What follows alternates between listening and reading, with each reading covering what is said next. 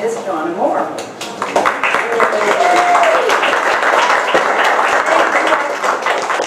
I only wear this, but I don't care how I live. First of all, I want to say thank you to everyone for being here. Just going to give you a really quick history of the show. I've been developing it for 8 years. It started in cabaret at Don't Tell Mama, where I had a 3.5-year run. And I was doing a show called The Balancing Act at the time. And I went to a party, and this was 8 years ago, I was 42 years old, and I heard the term cougar. And I was with some girlfriends, and we were going to a 30-year-old man's birthday party. And all of a sudden they're calling us cougars. And I'm like, well, first of all, I'm 40, and I'm going to a young man's party. You're calling me a cougar. What do you call a man who goes to a younger woman's party?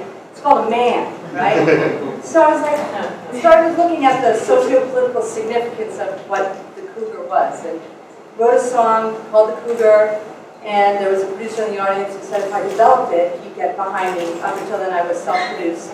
So we wrote The Cougar Cabaret, which ran for 1.5 years, and I had the honor and pleasure of performing every night with the most gorgeous Danny Bernardi, hot young buck, and it was wonderful. We've taken a lot of twists and turns, but one thing that remains the same is the mission that with the show. I believe that this whole cougar phenomenon, the reason why we're even focused on the cougar now in a socio-political way, is that it's an energetic yearning to embrace a more matriarchal system after a millennia of patriarchal dictation. And the way we're going to do that is by embracing our sacred feminine. And I think that's how we're going to have the healing on the planet. And I think as more women hunker down into their own sacred value, then we empower each other and our men to do the same. And that's how I think we're going to have healing on the planet.